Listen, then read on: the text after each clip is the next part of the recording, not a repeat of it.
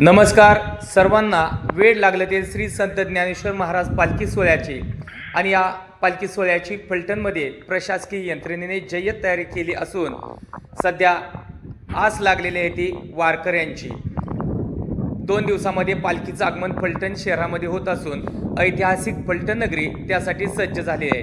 फलटण नगरपालिकेच्या वतीनं योग्य ती काळजी घेण्यात आली असून सर्व यंत्रणा यासाठी सज्ज झाल्याचे पाहायला मिळते। पालखी तळावरती सुंदर असा शामियाना, त्याचबरोबर दर्शन बारीची रांग ही व्यवस्थित करण्यात आली आहे।